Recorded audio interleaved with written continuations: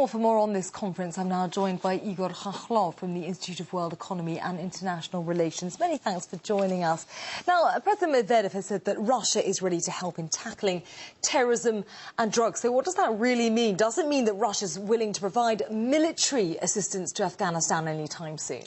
Talking about military assistance and military solution, we have to understand that Afghanistan is not a military problem. It's a political and nation-building problem. Many compare the situation in Afghanistan and Caucasus, but unlike Caucasus, where the problem was military, there was a small group of militants who were not of Caucasian origin. They were coming from other countries of the world. So Russian security forces have solved this problem very effectively. But the situation in Afghanistan is very different, and Russian military expertise and military assistance won't solve the problem.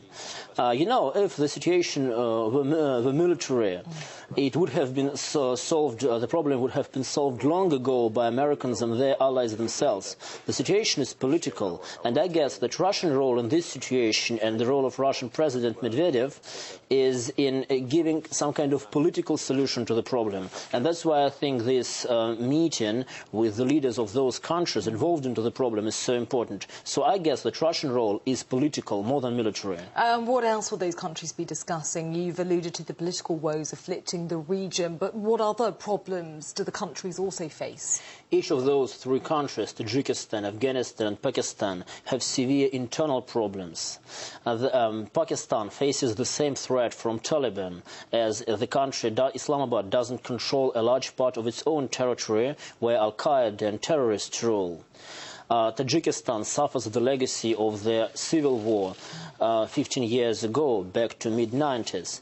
And a Russian role as the only country that is involved in the situation in the region and the country with very stable political, economic and social situation is very important. So I think that Russia can contribute a lot, maybe much more than Americans and Europeans with their military support. Well, in light of what you're saying, it seems even more worrying that President Karzai, as we were discussing yesterday, he's recently announced that he wants to kick out private security firms within 4 months from Afghanistan. Isn't that just going to make the security situation worse in the country?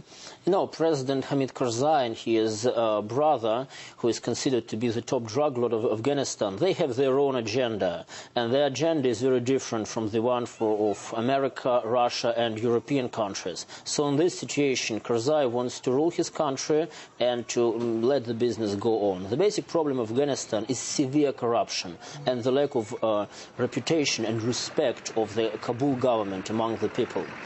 In this situation, Russia has to deliver this clear message to Afghanistan that political reform is needed to solve the situation, and no foreign aid, no military assistance would help to turn the country back on track again and to restore peace in Afghanistan. Mr. Khokhlov, in practical terms, what sort of coordinated steps and measures do you think between these 4 countries, Russia, Afghanistan, Tajikistan and Pakistan, can be taken to stop drug traffickers in the region?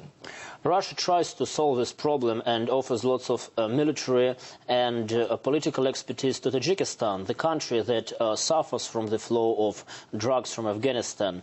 But now I see this summit as a great chance to talk directly, so the President Medvedev have delivered his message directly to the leaders of all countries, because strong cooperation between Islamabad, Dushanbe, Kabul and Moscow is needed to solve this problem. Frankly speaking, Americans and their European allies have failed in Afghanistan. They have failed to restore peace. They have failed in their nation-building problem. And I think it's a great chance for Russia to contribute much to the stability in the region. But just for example, what do you make of the proposal put forward by the President of Tajikistan to sign some sort of agreement on cooperation in fighting terrorism?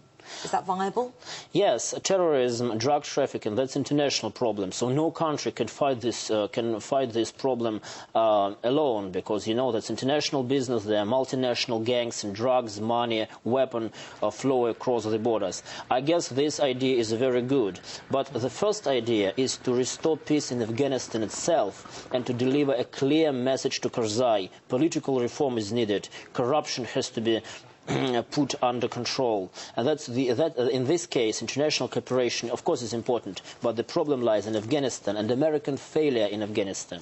We're also looking at the grassroots problem of all this. Russia has time and time again said that fighting the drugs trade starts with actually stamping out the opium fields in Afghanistan, but obviously that requires a great deal of cooperation with the Karzai regime. So do you think that the country is actually ready to do that? Yes, but it's very important, once again, it's very important to fight drugs in Afghanistan. But it's very important not to cooperate with Karzai regime. Karzai's regime has failed. Karzai has been ruling his country for almost 9 years and has done nothing to fight drug problems. He has contributed much to the escalation of violence in the country. And in this case, I think international community and also the leaders of Pakistan, Tajikistan and Russia have to deliver this clear message. Much reform is needed.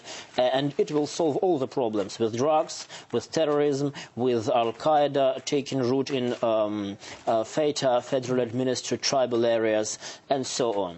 Okay. So in this case, I see Russian role as very important, and I think it's a great chance to solve the problem. And I guess that the current summit will contribute much to this. Igor Khokhlov from the Institute of World Economy and International Relations, many thanks for your thoughts. Thank you very much.